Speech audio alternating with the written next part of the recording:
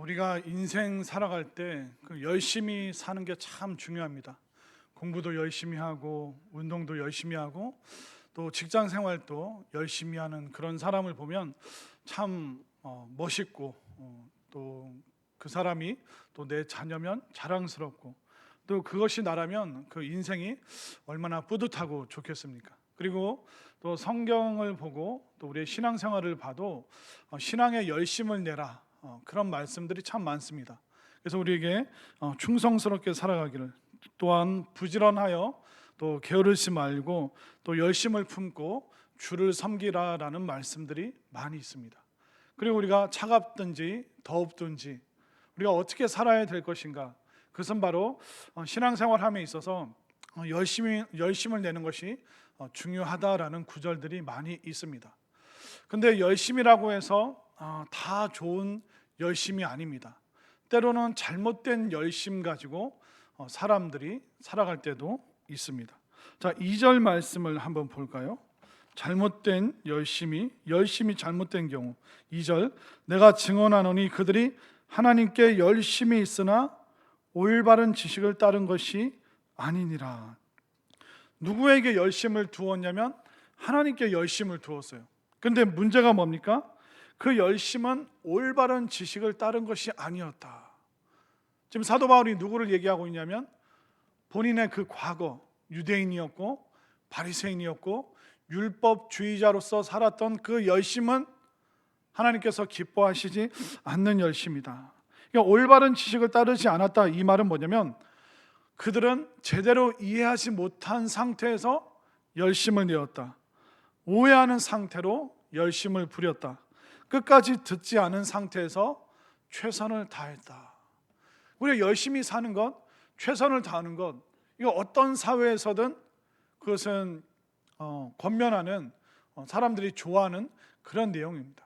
그런데 오늘 말씀을 보니까 잘못된 열심을 부리는 사람들도 있다라고 이야기를 하죠.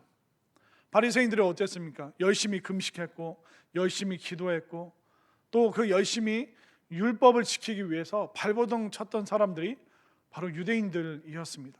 바리새인들이었죠. 그런데 그들의 열심이 잘못되었다라고 사도 바울이 고백을 하고 있습니다. 만약 그 열심이 잘못되었다면 그 결과가 어떻게 될까요? 그 잘못된 열심의 방향을 한번 보십시오. 3절 말씀을 한번 볼까요? 3절 함께 읽겠습니다. 시작. 하나님의 의를 모르고 자기 의를 세우려고 힘써 하나님의 의에 복종하지 아니하였느니라. 하나님께 열심을 냈는데 그 방향이 전혀 엉뚱한 방향으로, 그러니까 진짜 하나님을 향한 열심이 아니라 자기 의를 내세우기 위한, 그러니까 자신을 뽐내고 자신을 다른 사람들보다 더 우월한 존재로 만들기 위해서 부렸던 그 열심에 대해서 사도 바울이 말하고 있습니다. 자동차가 빨리 달리면 빨리 달릴수록 좋죠. 근데 이 자동차는 속도도 중요하지만 방향이 더 중요합니다. 만약 우리가 서울을 가야 되는데 부산으로 열심히 빨리 달리면 어떻게 됩니까? 방향이 잘못되었기 때문에 아무리 속력을 내도 그 열심은 잘못된 결론에 도달할 수밖에 없는 것입니다. 자동차가 최고의 엔진을 갖고 있는데 자꾸 벼랑 끝으로만 달리고 있습니다. 방향이 잘못되었기 때문에 그 자동차의 빠름과 열심은, 운전수의 열심은 절대로 좋은 결과로 나올 수가 없는 것입니다. 사도 바울만 해도 그가 사도 바울이 되기 전에 사울이라 이름하였을 때 그가 얼마나 열심의 사람이었습니까? 예루살렘에서 예수님 믿는 사람들을 잡아서 옥에 넣을 뿐만 아니라 그 열심이 과해서 예루살렘에서 다메섹까지 쫓아가서 거기에 있는 믿는 사람들을 옥에 집어넣으려는 최선을 다하는 삶을 살았습니다. 우리로 지금 치면 한국에서만 크리스찬들을 잡아넣는 게 아니라 외국에 있는 그리스도인들도 잡아넣으려고 비행기 타고 다른 나라 가서 그 믿음의 사람들을 붙잡아오는 그런 열심을 사도 바울이 내었던 것입니다. 그러나 이 사도 바울의 열심은 어떻게 됐습니까? 하나님을 대적하는 것이요, 예수님의 십자가와 부활을 가로막는 너무나도 무서운 열심이었고 파괴적인 열심이었고 눈에 뵈는 게 없었고 물불을 가리지 않았고 하나님의 뜻은 전혀 따르지 않고 하나님을 위해서 한다고 하지만 하나님을 대적하는 하나님의 은혜의 통로를 가로막는 무시무시한 결과를 초래하였던 것입니다. 그렇기 때문에 열심은 다 좋은 것이 아니라 이 열심의 방향이 지금 어디를 향하고 있는가. 그 사람이 표면적으로 내세우는 것은 교회를 위해서 하나님을 위해서 열심을 낸다고 하지만 그 마음의 방향이 엉뚱하게 되면 엉뚱한 결론이 나올 수밖에 없습니다. 예전에 어떤 교회에서 장로님이 계셨는데 사실 제가 겪은 건데 다른 교회라고 얘기를 할게요. 혹시나 아는 분이 들을까 봐. 어떤 교회 장로님이 계셨는데 이분은 그 약방의 감초처럼 안 끼는 데가 없어요. 그래서 무슨 기관 모임을 한다, 어디 행사를 한다, 그러면 거기 끼어들어서 거기 참여해서 난리를 쳐놓는 거예요. 어떤 기관에서 여름에 이런 행사하기로 했으면 그 회의 가만히 듣고 있다가 내가 장로로서 한마디 하는데 여름에 그런 거 하는 거 아니라고, 겨울로 옮기라고. 그런데 우리 기관 모임인데 자꾸 누가 와서 또 장로님은 함부로 또 하기가 어렵잖아요. 그래서 자꾸 와서 고집을 부리고 여름에 하면 안 된다, 겨울에 해야 된다. 예를 들면 여름 수련회를 언제 해야 됩니까? 여름에 해야죠. 근데 그거 자꾸 겨울에 하자는 거예요. 그 모든 열정을 모아서 겨울에 한 방으로 끝내자. 교회 재정 지출도 2번이면 많으니까. 또 어떤 때는 또 새가족부 가서 우리는 선교하는 새가족부가 돼야 된다고. 새가족부 내 선교부를 만들어야 돼. 선교하는 게 좋죠. 근데 새가족부는 새가족부가 할 일이 있잖아요. 근데 거기다 이제 근데 또 잠시 지나잖아요. 선교는 무슨, 교회가 신경 써야 될 것은 지금 다음 세대 교육이다. 선교 안 해도 된다. 지금 우리 땅이 중요하다. 이 나라가 먼저 바로. 그러니까 어디에 장단을 맞춰야 될지 모릅니다. 또 언젠가는 간을 빼내줄 것처럼 그렇게 잘 하다가 또 조금 시간이 지나면 돌아서서 막 욕을 해야 돼. 욕을 하시고. 여러분들은 그런 거 안 겪어보셨죠? 그러니까 그 교회 안에서 성도들이 갖고 있는 생각이 뭐냐면 그분이 오시기 전에 빨리 결론 내리자. 이게 마치 교회 주제예요. 교회 표어예요. 모든 기관과 모든 부서, 모든 모임에 자꾸 그분이 들어오니까. 희한하죠? 결과적으로 그분의 신앙은 그 교회에 어떤 유익도 주지를 못했습니다. 그러니까 지혜가 없는 열심, 지혜가 없는 열정이 얼마나 무섭고 얼마나 교회의 행복을 파괴하고 모든 사람을 불행에 빠뜨리는지 저는 그런 걸 참 많이 보고 겪었습니다. 예전에 제가 무섭게 치리한 일이 있었죠. 그랬더니 이제 몇몇 분들이 찾아와서 목사님, 그래도 그분 자기에게 주어진 일은 똑부러지게 하는 사람이에요. 그분만큼 일 잘하고 성실하는 사람 없습니다. 그렇게 얘기를 하시더라고요. 그래서 제가 차근차근 얘기하면서 얘기를 했죠. 아무개 집사님, 아무개 장로님, 도둑이 열심 내는 그걸 성실하다고 말할 수 있나요? 근데 강도가 최선을 다하면 어떻게 될까요? 사람 죽어나갑니다. 사기꾼이 세심하고 꼼꼼하고 성실하면 어떻게 될까요? 수많은 사람들이 피눈물을 흘릴 수밖에 없습니다. 우리가 사람을 평가할 때 한 단면으로 전체를 다 좋게, 여러분들 절대로 미화시켜서는 안 됩니다. 근데 아무리 얘기를 해도 안 되더라고요. 제 이야기를 듣기 전에 그분의 이야기를 하도 많이 들은 사람은 전혀 설득이 안 되더라고요. 그래서 이단이나 세뇌 당하는 것이 멀리 있는 것이 아니구나.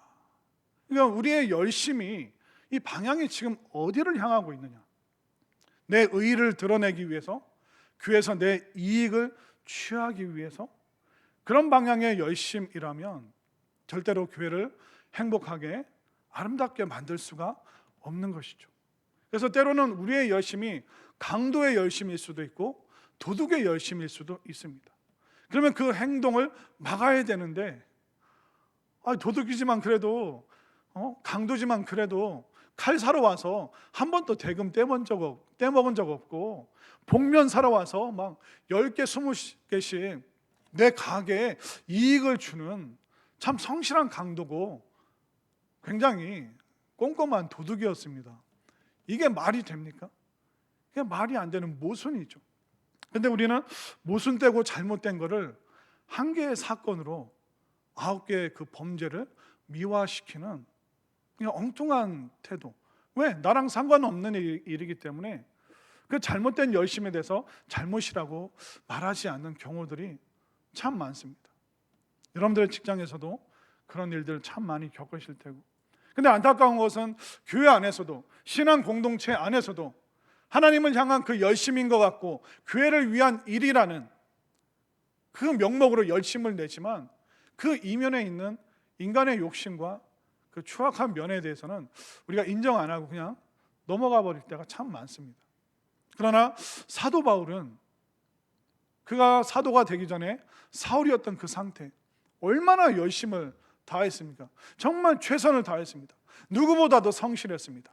그러나 그것은 십자가와 구원과 부활의 길을 다 막아버리는 너무나도 무서운 영적인 범죄를 저질렀음을, 그렇기 때문에 본인은 죄인 중에 괴수임을 끊임없이 그가 고백하고 이야기를 나누었던 것이죠. 우리가 그러면 무엇에 열심을 내야 될까요? 그럼 목사님, 교회에서 어떻게 해야 됩니까? 어떤 일에 우리가 열심을 내야 됩니까? 성경은 다 말해주고 있습니다. 자, 1절 말씀을 볼까요? 우리가 뭐에 열심을 내야 되는가? 1절 말씀 함께 읽겠습니다. 시작. 형제들아, 내 마음에 원하는 바와 하나님께 구하는 바는 이스라엘을 위함이니 곧 그들로 구원을 받게 함이라. 자, 우리가 내야 될 열심이 뭘까요? 구원을 받도록 하는 일. 우리 교회 공동체가 열심을 내야 되는 게 뭘까요? 세상 사람들이, 불신자들이 구원을 받도록 하는 일. 한국 교회가 해야 되는 일이 뭘까요? 북한에 구원의 문이 열리도록, 또 전 세계 열방의 사람들이 이 구원의 소식을 들을 수 있도록 선교사님을 파송하고 또 그들을 후원하는 일. 그러니까 구원의 일을 위해서 우리 교사분들이 열심을 내주시는 그것도 뭡니까? 내가 교사니까, 내가 선생이기 때문에? 그게 아니죠. 학생들의 그 구원을 위해서, 주일학교 아이들의 그 구원을 위해서, 또 우리가 다음 세대를 위해서 기도해야 되는 게 뭡니까? 다음 세대 안에서 구원의 역사가 일어나도록, 그들이 구원에 참여할 수 있도록 그 일을 위해서 우리는 전심전력을 하고 최선을 다해야 되는 겁니다.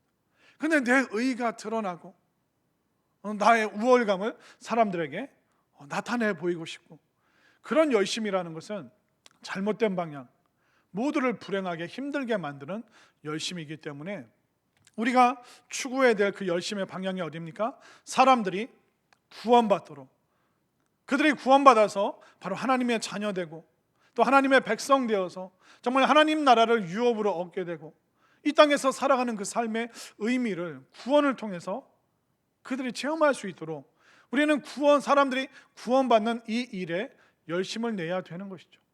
그러면 우리의 방향을 이제 구원으로 잡잖아요. 그러면 이 구원의 역사는 어떻게 일어납니까? 믿음으로 일어나는 거죠. 그러니까 사람들이 구원받는 이 일에 우리가 최선을 다해야 되는 거예요. 그러면 구원은 어떻게 일어나는가? 믿음으로 말미암아 구원이 일어나는 거죠. 그러면 세상 사람들 마음속에 그 믿음이 어떻게 뿌리 내릴 수 있는가? 어떻게 하면 믿지 않았던 사람들이 믿음이 생기고 믿음이 성장할 수 있도록 해줄 것인가? 성경이 다 알려주고 있습니다. 자, 17절 말씀 한번 볼까요? 로마서 10장 17절 말씀, 우리가 다 아는 말씀 함께 읽겠습니다. 시작. 그러므로 믿음은 들음에서 나며 들음은 그리스도의 말씀으로 말미암았느니라. 아멘인가요? 결국 구원 받는 이 일을 위해서 열심을 내야 되는데, 구원받기 위해서는 사람들이 믿음이 있어야 되잖아요. 그럼 어떻게 하면 믿음이 생겨나고 믿음이 자라날 수 있도록 하는가? 바로 예수 그리스도의 말씀, 하나님의 그 구원의 말씀을 들을 때 믿음이 생기고 또 그 믿음으로 말미암아 구원받는 역사가 일어나기 때문에 우리의 방향이 어디로 가야 돼요? 구원받는 일을 위해서 어떻게 하면 믿음이 뿌리 내리도록 믿음을 가질 수 있도록 도와줄 것인가? 그럼 믿음을 갖도록 하는, 구원받도록 하는 일은 뭐라고요? 바로 예수 그리스도의 그 말씀을 들을 때 믿음이 생겨난다라고 말하고 있는 것입니다. 믿음은 명상을 하면 그냥 내 마음속에 믿음이 떠오를까요? 면벽 수련을 하면 될까요? 그리고 불교에서 자기 몸을 불태우는 게 있어요. 이렇게 정좌한 상태에서. 그걸 소신 공양이라고 합니다. 몸을 불태운다. 자기 몸을 불살라서 내어주면 그 마음속에서 불붙는 믿음이 생길까요? 믿음은 그런 식으로 인간의 열심과 의지로 생기는 게 아닙니다. 성경이 말하고 있죠. 그리스도의 말씀을 들음으로 말미암아. 그러니까 말씀을 들을 때만 사람들에게 믿음이 생겨난다라고 말하고 있죠.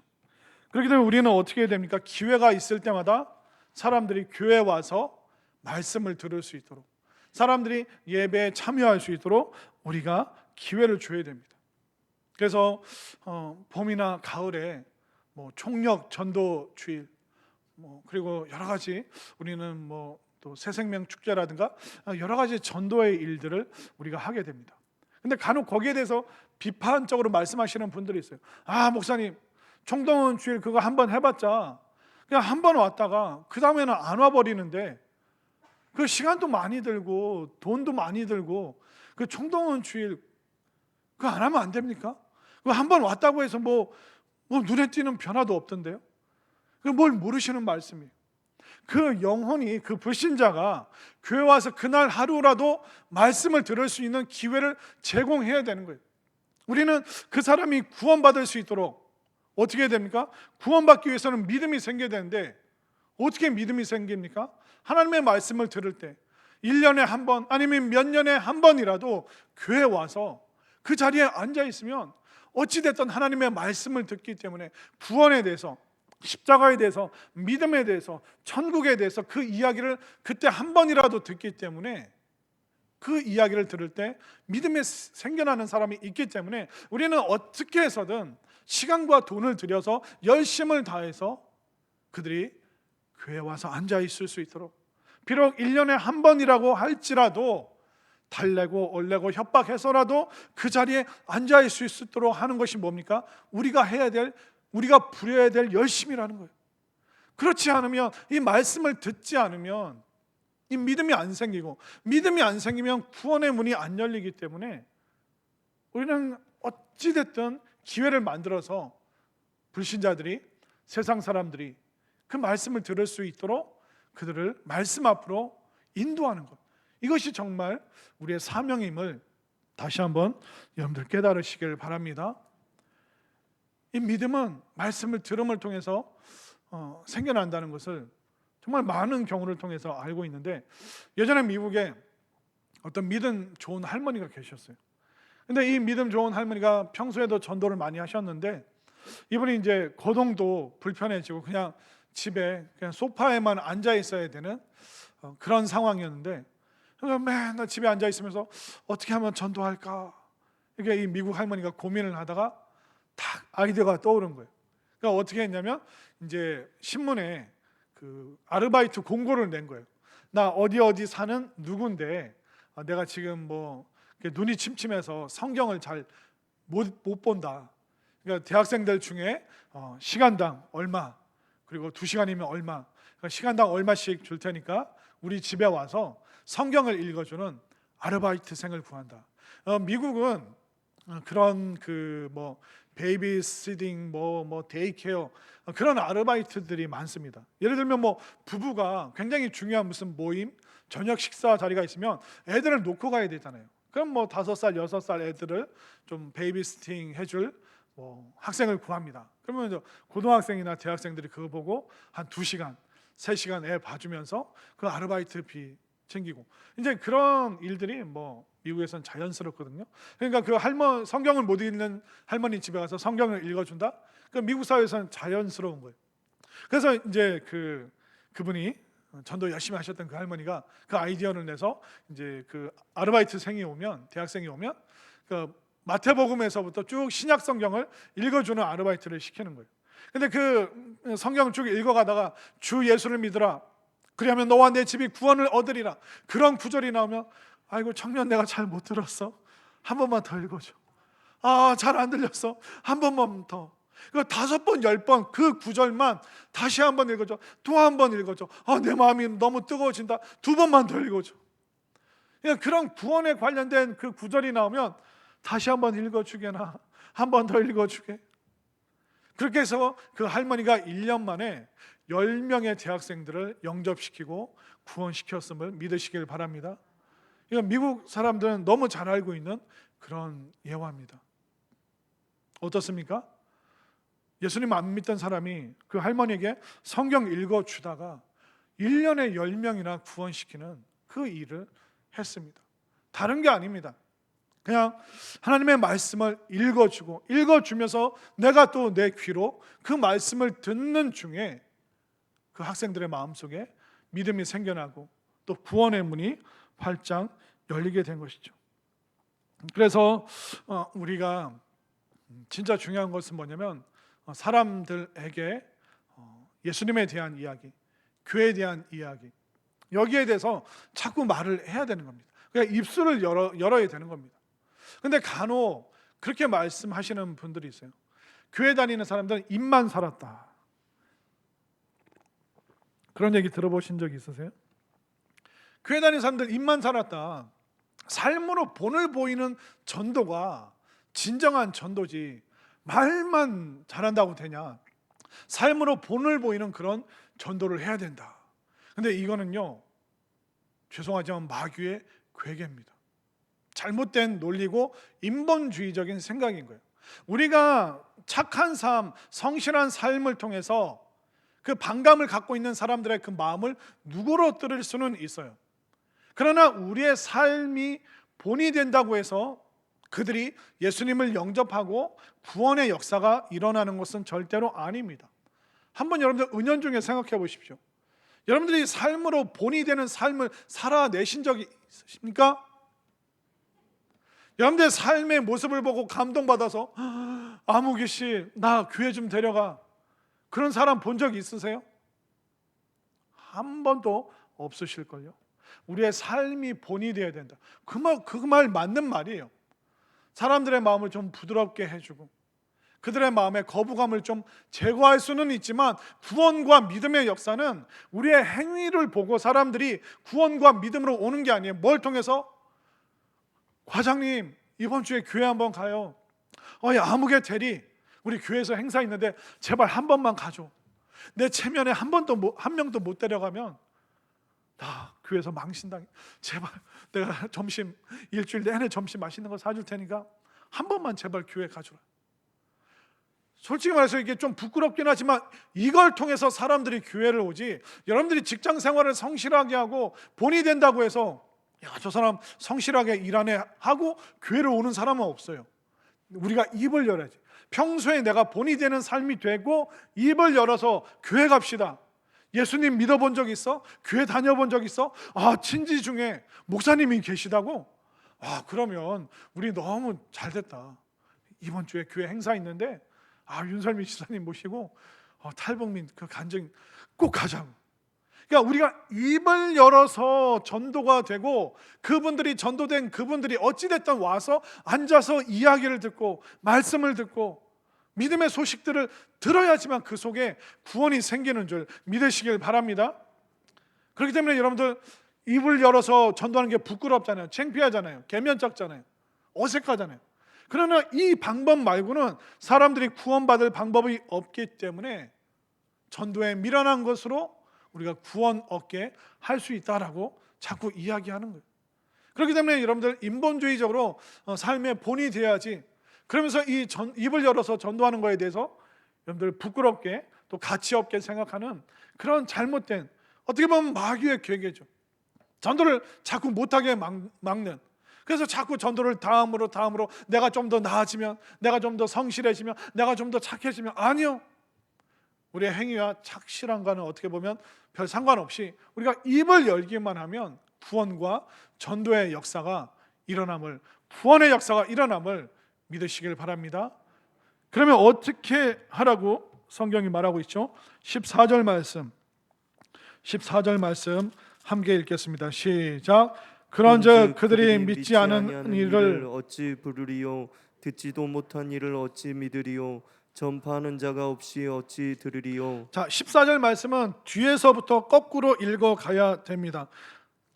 어떻게 이걸 읽어야 되냐면 뒤에서부터 전파하는 자가 있어야 들을 수 있고 들어야만 믿을 수 있다. 그 이야기를 사도 바울이 거꾸로 뒤집어서 강조를 하고 있는 것이죠. 그래서 우리가 말을 해야지만 그들이 들을 수 있고 또 교회 와서 들어야지만 믿음이 생기기 때문에 사도 바울은 계속 이 부분을 강조하고 있는 겁니다. 그렇기 때문에 사람들이 믿을 수 있도록 말씀을 들을 수 있는 이 일을 위해서 열심을 내는 것, 그것이 바로 우리가 진짜 열심을 내야 되는 그 구원의 일을 위해서 우리는 사람들이 들을 수 있도록, 그래서 들어서 믿고 또 믿어서 구원받는 이 일이 일어나도록 우리가 이 일에 열심을 내자. 이것이 바로 사도 바울이 강조하고 있는 우리의 열심의 방향이 무엇인가, 거기에 대해서 분명히 설명하고 있습니다. 그렇게 되면 우리가 어떻게 해야 됩니까? 사람들에게 이야기를 해야 되는 거예요. 교회 한 번만 가주라. 신랑 교회 한 번 가주면 소원이 없겠다. 얘들아, 나는 니네 손잡고 교회 가는 게 평생 소원이다. 어찌 보면 우리가 살아생전 그런 순간이 안 올 수도 있겠죠. 그러나 자꾸 말을 해야 되는 거예요. 명절 때라도 얘기하고, 가끔 전화하면 엄마 마음 알지? 아빠 마음 알지? 너랑 같이 교회 가서 예배 드릴 수 있는 거, 그거 내 유일한 소원이다. 네가 교회 가서 예수님 믿고 같이 예배 드릴 수 있는 거. 자꾸 이제 그런 이야기들이 마음속에 새겨지도록, 또 머릿속에 기억나도록, 그럼 어느 순간 그의 마음문이 활짝 열릴 때가 있습니다. 그렇기 때문에 우리가 포기하지 말고, 또 안 들을 수도 있어요. 또 불쾌하게 막 우리를 만들 수도 있어요. 그러나 여러분들 마음 약해지지 마시고 다른 거에 열심을 내는 것이 아니라 구원의 일을 위해서, 또 구원하기 위해서는 그들의 믿음의 이야기를 들어야 되고, 또 믿음의 이야기는 바로 그리스도의 말씀으로 말미암기 때문에 어찌됐든 그들을 교회로, 또 주님 앞으로 인도할 수 있는 이 일을 위해서 정말 열심을 내는 우리 성산교회 성도들이 되어서 우리의 열심의 방향이 다른 곳이 아니라 구원을 향해서, 또 믿음을 향해서 세상 사람들이 말씀 들을 수 있는 그 자리로 인도하는 이 일에 열심을 낼 수 있는 우리 모두가 될 수 있기를 간절히 소망합니다.